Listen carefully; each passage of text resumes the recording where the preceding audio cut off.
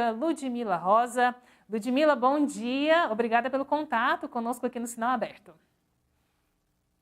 Imagina, Jéssica, bom dia a todos e todas que nos ouvem aqui no Sinal Aberto. Um privilégio estar aqui com vocês, sempre à disposição.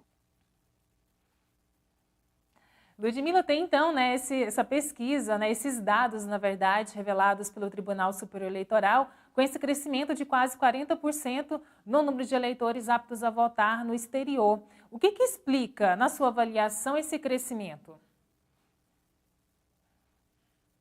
Jéssica, primeiro, eu acho que convém a gente entender que esse aumento de número de eleitores cadastrados no exterior, ele acompanha um crescimento do cadastramento percebido aqui em território nacional também. Então, não é um aumento isolado, uma evolução estanque.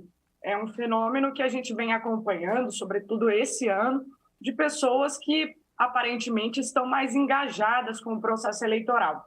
Eu acredito, Jéssica, que há também que se considerar que nos últimos anos a gente percebeu uma migração, um fluxo migratório também muito significativo, né, de brasileiros que buscaram em outros países oportunidades de trabalho, de melhorar, aperfeiçoar sua vida acadêmica, enfim, vários os motivos que fizeram com que alguns brasileiros também deixassem o país. Só que se a gente for cruzar alguns números, a gente percebe que o aumento, né, esse aumento percebido pelo fluxo migratório, e aqui também no Brasil, assim, o aumento vamos lá, vamos explicar de uma maneira mais simples. O aumento desse fluxo migratório, ele não acompanha a tendência de aumento do cadastramento eleitoral, tanto lá fora quanto aqui, Jéssica. O que eu quero dizer com isso? Nós tivemos pessoas muito mais interessadas com o processo eleitoral desse ano, independente de os brasileiros estarem lá fora ou estarem aqui dentro. Isso nos dá a tese majoritária de que, sim, o engajamento é a grande ferramenta desse aumento, né, de número de eleitores. E as demais variáveis que estão aí orbitando são variáveis subsidiárias na nossa análise. Então, assim, nós ficamos felizes por acompanhar esse aumento, por perceber que os brasileiros e brasileiras aparentemente estão mais interessados com o exercício da cidadania. Isso é um dado positivo.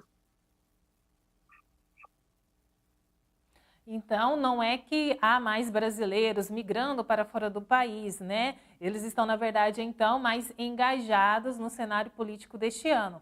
E, Ludmila, o que explica, então, esse aspecto, né, fatores que aumentam, então, esse engajamento para o cenário político desse ano? O que mudou nesse engajamento de 2018 para cá?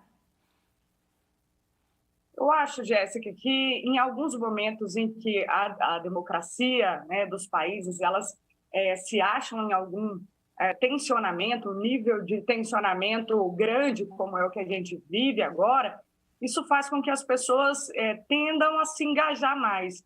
Mas isso também é uma escala, tá? Você veja que em 2018, quando nós começamos a perceber esse tensionamento no processo eleitoral, um tensionamento muito maior do que o que a gente havia visto em 2014, nós tivemos, em princípio, um movimento de que as pessoas estavam se desinteressando pela política e pelas decisões eleitorais, porque meio que aquilo gerou um baque inicial. Só que isso foi se mudando, né, ao longo do tempo, e esse tensionamento, ao invés de gerar uma certa indiferença, esse ano nós percebemos um fenômeno oposto, que é o de gerar engajamento, de gerar senso de participação, seja para referendar as ideias que hoje estão aí, sejam para trazer ideias opositoras às que estão hoje dominando a política brasileira. Então, esse movimento que primeiro é de indiferença e depois de engajamento, isso a gente percebeu com muita tranquilidade nesses últimos 4 anos no Brasil. É óbvio que esse ano a gente espera, e vários cientistas políticos também, jornalistas, esperam que o debate eleitoral, que o processo eleitoral será muito acirrado, com algumas até doses de violência, escaladas de violência que a gente já tem percebido aqui e acolá, mas acredito, e os números nos corroboram com essa crença, de que isso não será o bastante para afastar os brasileiros e brasileiras do processo eleitoral. Ainda que muitos optem por fazer essa participação mais discreta, mais silenciosa, sem tanto entrar nos tumultos, né, de lado A, lado B ou lado C, mas acredito que as pessoas estão com esse senso de urgência e responsabilidade bem mais apurados nesse ano, Jéssica. E com esse interesse maior da população pelo cenário político, né, nas eleições deste ano, e falando especificamente agora, estrategicamente falando desse público que está no exterior, como que os candidatos, como que os partidos podem fazer para atrair esse público também? Antigamente, você percebia que havia essa atenção por parte dos partidos nas campanhas para quem está fora do país? Isso você acredita que vai mudar com esses números de agora, Ludmila? Jéssica, eu acredito que sim. Como eu havia comentado no início aqui, entendo que será uma eleição, um processo eleitoral muito acirrado, em que cada voto será disputado com muita intensidade. Então, se você percebe um aumento aí na casa de 40%, aproximadamente 40%, de eleitores, né, brasileiros aptos a votar, mas que estão no exterior, isso não é um número trivial, isso não é um número irrisório. Então, é óbvio que as pessoas, os partidos e todos os players que estão aí disputando a majoritária vão voltar a atenção, porque onde há números, há interesse eleitoral, né? Se nós tivéssemos percebido um decréscimo do número de cadastramento de eleitores no exterior, provavelmente isso não estaria tanto no radar, mas foi o oposto, e um oposto significativamente majorado. Então, o que eu entendo é que os QGs de campanha vão tentar apurar quais são as causas prioritárias ou principais que fazem com que os brasileiros e brasileiras deixem o país, né? E como, de uma maneira muito, muito simples, a gente percebe que a falta de oportunidade, sobretudo no mercado de trabalho, é um grande fator que faz com que brasileiros deixem o país. As campanhas podem explorar o que está faltando no Brasil ou o que já foi feito, no caso de quem está na situação, já foi feito no Brasil, para que nós possamos perceber um refluxo de brasileiros, né? Olha, nós estamos aqui organizando a casa para que vocês possam voltar e terem as mesmas oportunidades que vocês estão tendo aí fora. Na outra ponta, olha, vocês tiveram que deixar as casas de vocês, os amigos, familiares, e o ambiente natural de vocês, porque o Brasil já não era um país que dava a vocês todo esse nível de oportunidade que vocês esperam. Então, são construções de narrativa que vão ser muito estrategicamente pensadas e muito utilizadas, a depender de quem seja o vocal dessa narrativa, né? Mas, obviamente, esses eleitores do exterior serão, sim, provocados, no bom sentido, né? Serão sim cobiçados e estarão na ordem do dia, porque, volto a dizer, foi um aumento muito significativo para eles ficarem à margem do processo eleitoral. E, Ludmila, a gente pode considerar também que eles podem ser votos decisivos nesse processo eleitoral de 2022? Você já falou que as eleições, né, devem ser acirradas. É muito audacioso falar que eles podem ser decisivos nesse processo eleitoral? Audacioso não é, não, Jéssica. Mas acredito que, assim como os eleitores brasileiros que estão em solo estrangeiro e alguns estados aqui no Brasil, que são os nossos swing states, né? Aqueles estados em que nenhum, né, dos lados hoje que estão absolutamente competindo no processo eleitoral seguem numa posição destacada de frente, né? Que são estados em que há uma competitividade bem acirrada.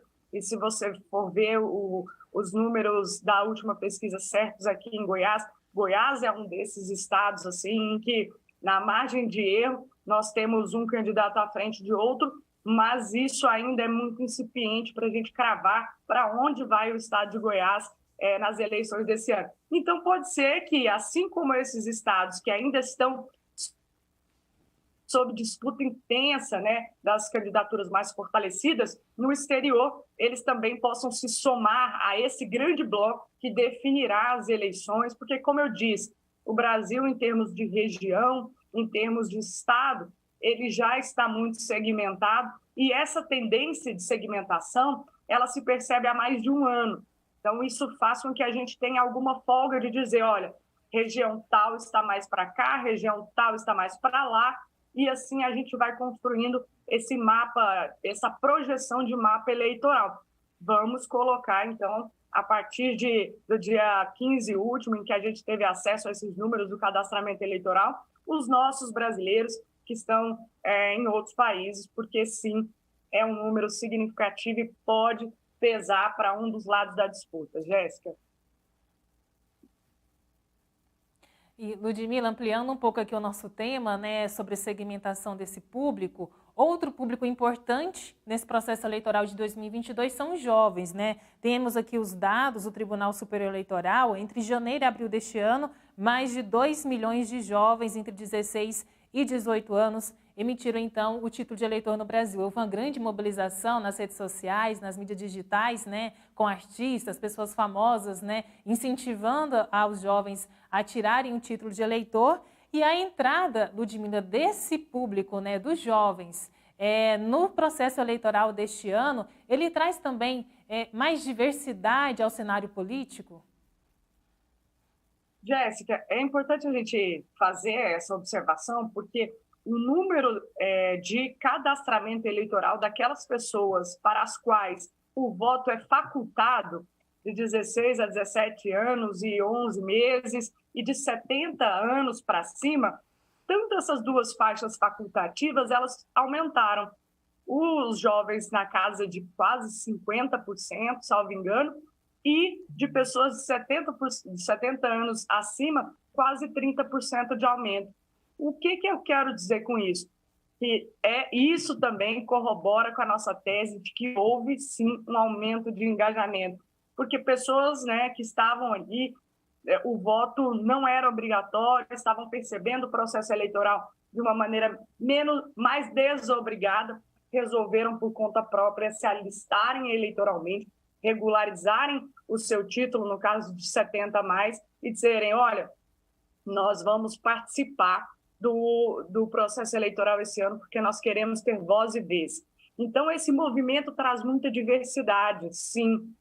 Falando especificamente dos jovens, eu considero que foi muito exitosa a campanha de primeiro voto, primeiro protagonizada pelo TSE, mas que amealhou ali o apoio de várias lideranças cívicas, de vários influencers, artistas, pessoas muito famosas e que tenham uma possibilidade, uma capacidade de arregimentar muita gente a partir das suas redes sociais. E foi isso que aconteceu. Eu acho que, sobretudo, no que diz respeito aos jovens, esse chamado que veio dessa campanha massiva para que eles também assumissem essa responsabilidade cidadã foi muito positiva no sentido de que deu efeito, Jéssica, surtiu efeito e nós tivemos um crescimento também muito massivo nessa faixa etária. E que também foi percebido, vale dizer, para os brasileirinhos, né, de 16 e 17 anos que estão morando fora do país. Nós tivemos um aumento significativo na casa dos 17,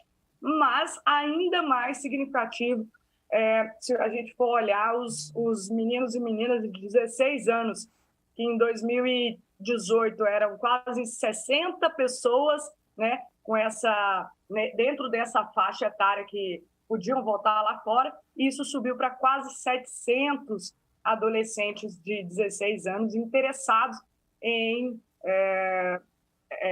influírem no processo decisório e no futuro da sua nação, em que pés não estejam morando aqui. Então, sim, são faixas etárias que trarão um nível de diversidade maior e melhor, porque a gente vive dizendo que a democracia se faz e se perfaz de maneira positiva, ao passo que a gente consegue trazer mais vozes e vozes diferentes para o cenário, para serem ouvidos e dizerem qual é o Brasil que querem daqui para frente. Ludmila, para finalizar aqui o nosso bate-papo, queria aproveitar também a sua presença para a gente falar sobre a oficialização da candidatura do presidente Jair Bolsonaro à reeleição. Foi formalizada, né, também a participação do general Braga Neto como candidato a vice-presidente para as eleições deste ano. Qual que é a sua avaliação, né, dessa composição da chapa do presidente e também do discurso de ontem, né? Foi muito marcado ali por ataques ao Supremo Tribunal Federal, por perdido ali também, né, convocando o público, o eleitor dele, para as manifestações, protestos no dia 7 de setembro. Jéssica, até então a composição da chapa encabeçada pelo atual presidente Jair Bolsonaro, tendo o Braga Neto como seu vice, não é nenhuma novidade. A gente vinha falando sobre isso já faz algum tempo, o presidente sinalizou o Braga Neto já também há muito tempo, e isso se confirmou ontem no processo de convenção do PL que aconteceu lá no Rio de Janeiro. Agora, uma coisa que a gente pode entender né, ratificar e não ter mais dúvidas é de que o presidente Jair Bolsonaro, a sua estratégia de campanha é sim falando para as pessoas que já estão, falando para os convertidos, né? Falando para as pessoas que já apostam nele, que apostaram nele desde 2018 e continuaram ali fazendo coro às políticas do governo, né, e aos enfrentamentos que o presidente, nominalmente, faz em relação a outras instituições na República. Então, assim, até recentemente eu li um texto, um artigo de um cientista político da FGV em São Paulo, e ele diz categoricamente que a estratégia do presidente Jair Bolsonaro vai ser fazer uma campanha mais pela intensidade do que pela quantidade, porque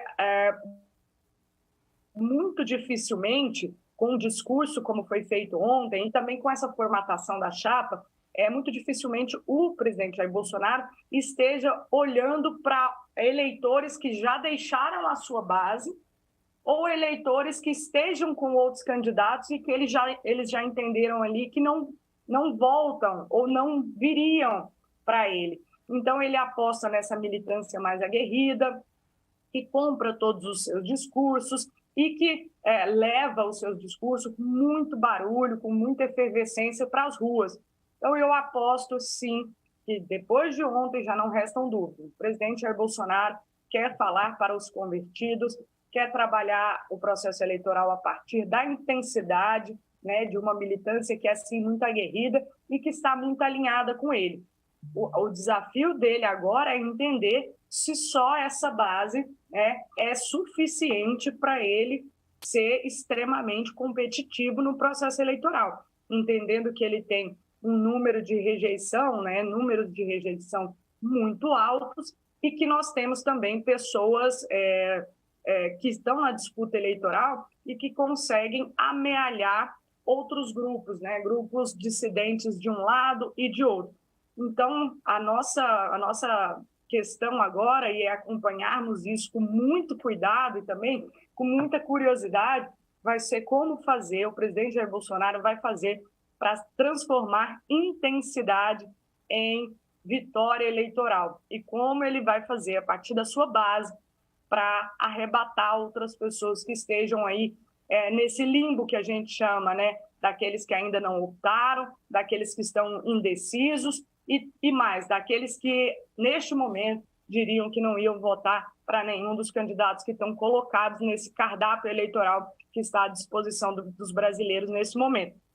A ver, é algo que a gente não pode fazer exercício de futurologia, mas eu confesso para você, Jéssica, que será muito interessante acompanhar essa disputa e como que um candidato a uma competição majoritária vai trabalhar tão somente com o seu grupo, com aquele grupo que já lhe era cativo desde 2018. Pois é, Ludmila, esse é um fato que a gente fica até curioso também para como será, né? Como que o presidente vai ali fazer essa campanha, trabalhando apenas com o seu eleitorado? Você acredita que isso pode gerar um problema para ele também? Eu não, assim, Jéssica, eu não tenho a menor dúvida, do ponto de vista matemático. Se hoje ele tem 30% de pessoas que estão com ele ali, 30%, na casa dos 30%, e as pesquisas de institutos sérios nos têm mostrado isso como uma série histórica, inclusive, né? Que estão acompanhando a candidatura do presidente Jair Bolsonaro desde o ano passado e que teve uma leve tendência de alta ali quando o ex-juiz Sérgio Moro deixou a disputa eleitoral para a presidência. Então, isso está na casa dos 30 e poucos por cento, e a gente sabe que a rejeição do presidente está acima dos 50%, ora dando 55%, ora beirando quase os 60%.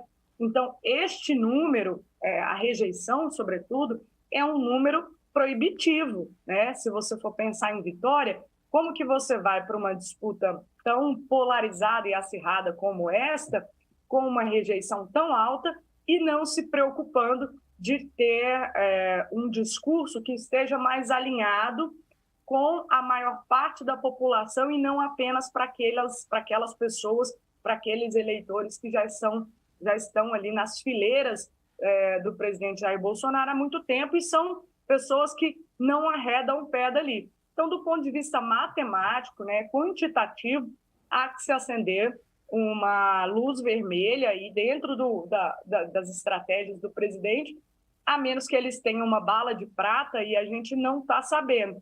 Mas é muito arriscado você fazer, volto a dizer, uma campanha para majoritária, né, que a gente sabe que não é nichada, que não é segmentada, você tem que falar com a totalidade das pessoas e você tem que ter 50% mais um, falando bem trivialmente, dos votos. Então, você precisa ser bastante genérico, você precisa ser bastante, ter uma capacidade de mobilizar pessoas que não necessariamente estejam alinhados com você, com o seu programa, mas que te rejeitem menos do que rejeitam o candidato adversário, vamos dizer assim. Então, essa estratégia de falar para convertidos, ela é muito inusitada e eu estou, assim, muito interessada para ver como isso vai se desenrolar, porque eu acho que é um prato cheio para nós, cientistas políticos, que nos interessamos muito pelos processos eleitorais sobre como as estratégias estão influindo a opinião pública, né? A conferir, Ludmila Rosa, cientista política. Muito obrigada pela participação com a gente aqui no Sinal Aberto e até uma próxima. Até uma próxima, Jéssica. Um grande abraço a todos e todas que nos ouviram e bom dia para nós.